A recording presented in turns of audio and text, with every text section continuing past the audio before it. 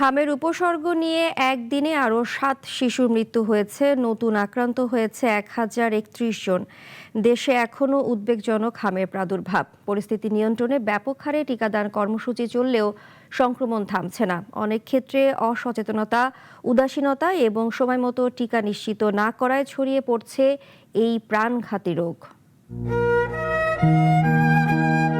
হামে আক্রান্ত হয়েছেন ছোট দুই ছেলে। শিশু সন্তানদের নিয়ে মিরপুর থেকে রাজধানীর ডিএনসিসি হাসপাতালে এসেছেন দিনমজুর রমজান। অবস্থা বেগতিক হয় দুই শিশুই ভর্তি হয়েছেন নিবিড় পরিচর্যা কেন্দ্রে। বড় ছেলে টিকা দিয়েছিলাম, টিকা দেওয়ার তারপরে ছোট ছেলে টিকা দিন, আবার ছোট ছেলে রয়েছে, তারপরে আরো ছোট ছেলে রয়েছে। দুই ছেলের এক লগে নিয়ে আইছিতে ভর্তি। তার মতো অনেক পরিবারই এখন তাদের সন্তানদের নিয়ে ছুটে এসেছেন মহাখালী ডিএনসিসি হাসপাতালে। সন্তানকে সুস্থ করতে উদ্বেগ আর উৎকণ্ঠায় দিন কাটছে অভিভাবকদের।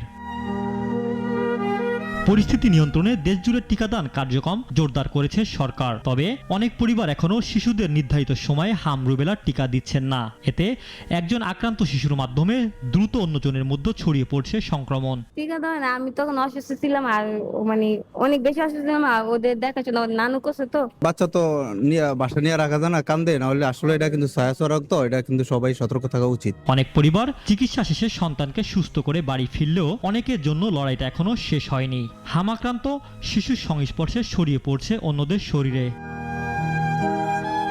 সময়মতো টিকা না নেওয়া, পরিবারের অবহেলা ও সতর্কতার ঘাটতিতে দিন দিন বাড়ছে সংক্রমণ এই রোগের বিস্তার। ইমরান শেখ, নাগরিক, ঢাকা।